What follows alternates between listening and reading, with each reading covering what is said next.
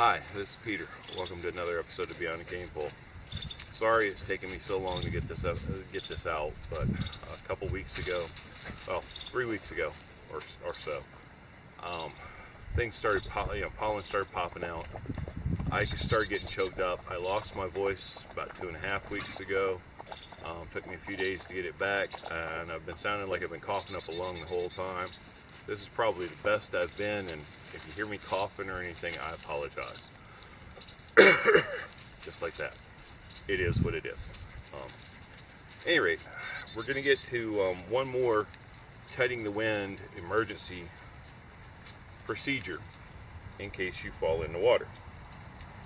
And this is going to require my tarp, the stakes, and the rope. Okay? Get the rope out, stuff the pieces in my pocket, stuff the stakes. I'll only be needing 2 of these. Third one is for something else. Put the stakes in my pocket.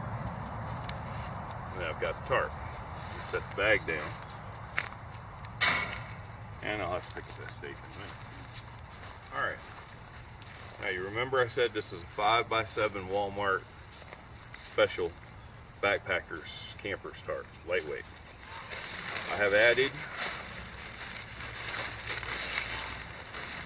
some little loops of paracord to it. Gotta make sure I got it the right way. Oh, hang on. I hadn't even opened this. There's a silica gel pack in it. I'll take that, put that in my pocket. Don't want any of the dogs getting into it. Now, looking at this, I like using the back side as the side that has not got the seam or the threads on it. So I lift it the way I want it. And that stake fell out of my pocket. As you can tell, this is, live as it's done. Alright. I've got one hank of paracord here. It's about, I don't know, over 20 feet, probably close to 25. What I want to do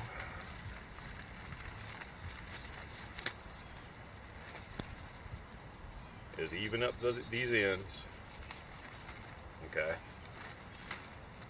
and then find the center of my paracord. I'm going to take that center, I'm going to run it through the loop, then I'm going to take my ends and run it back through, essentially locking my paracord with a loop like this.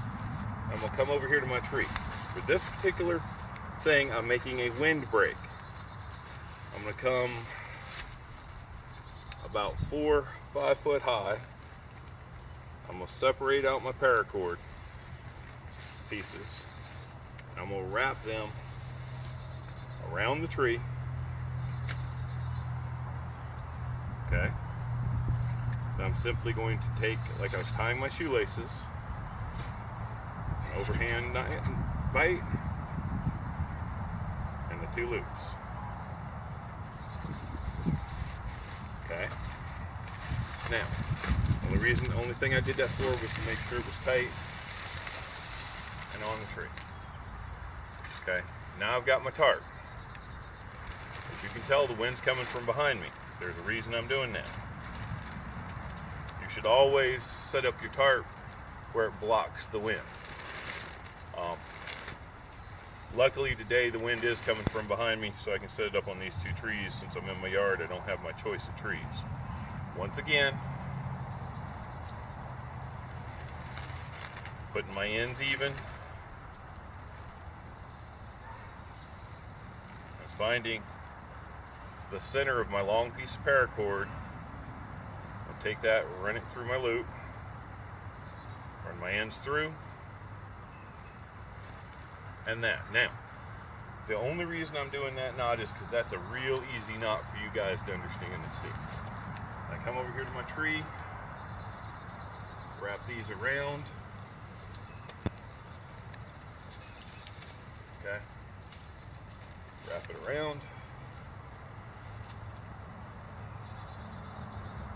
Again, shoelace knot.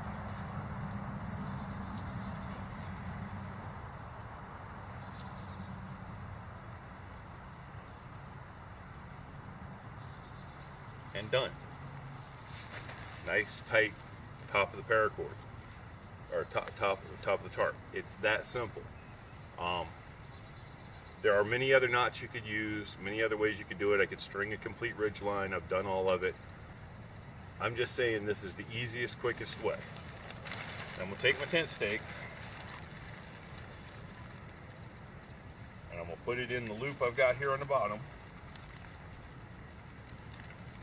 And I'm gonna keep it tight and I'm gonna stake it down here.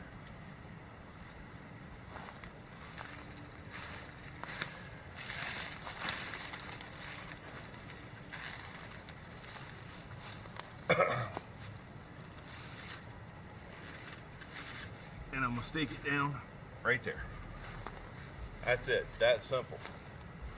Now, a lot of you who have watched videos would say, well, that looks like a lean-to shelter. It is and it isn't. In my opinion, this part here is a little bit too high for a good lean-to shelter. A lean-to shelter, you should be coming down here. What this is for is so I can build a fire right about here, keep a lot of the wind off, crouch down or even sit down, and keep the wind, the wind up here, keep it from bothering me right here. Okay? That's that simple of a windbreak. Now, if I wanted to make this a little bit stronger, a little bit, a little bit higher of a windbreak for my upper body, being as I'm tall, I would tie this a little bit higher and stake it out a little bit lower. But you see how this is breaking the wind right there. That's what my goal is, to break the wind, provide a windless area down here in front, so I can sit down and dry off if I've fallen in the water. It's not a shelter. I'm not doing a camping shelter. I'm doing a emergency windbreak with this. Like I say, you could do this a little higher, put your stakes, stakes in. It could be a little higher, for more straight. But I just threw it together. What I will do is I will tie it a little higher, that I'm done, and I'll show you what I mean when I say you could tie it a little higher and a little straighter. Okay, like I said, I was going to show you me tying this a little taller. It does slope downhill to this tree. See right here? I could be right here with a fire in front of me and I would be out the wind, mostly. Still with a 5x7 tarp, I'm 6 foot tall.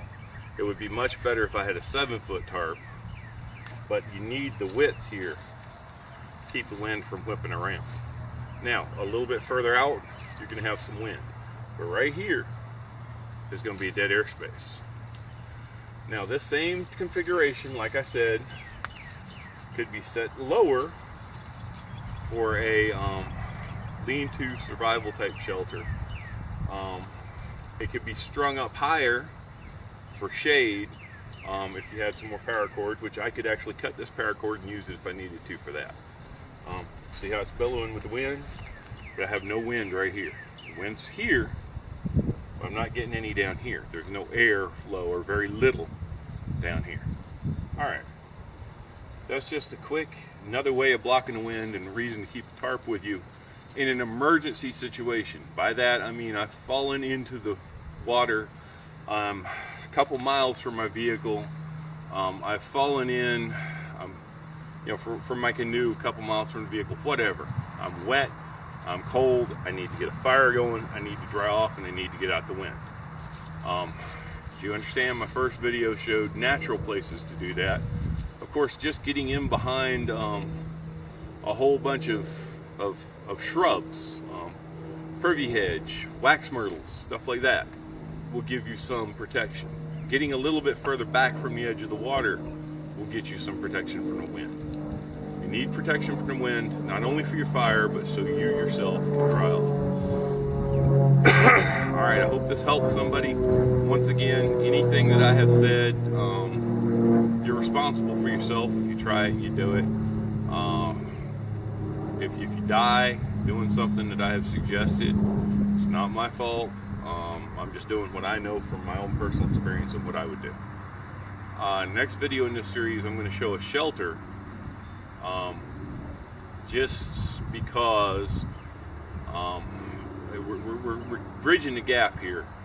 I think if you have a complete kit, cook kit, you know, food, etc., as an emergency kit, you get stuck out in the woods, you get stuck out on the edge of the water, you're out there overnight, you are not surviving, you're just taking an unexpected camping trip. Notice, tarp, a couple of steaks, and my lighter that I showed you, plus knife and whatever I have in my pocket, is all I'm going to have. I'm going to have my fishing gear.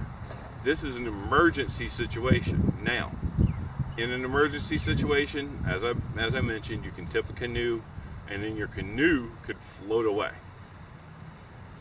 You might have to spend the night outside. Also, conditions may be such that the wind is so horrible, you are going to need this next shelter I'll show you in the following video to deal with it. Alright, thank you for watching. Hope you enjoyed.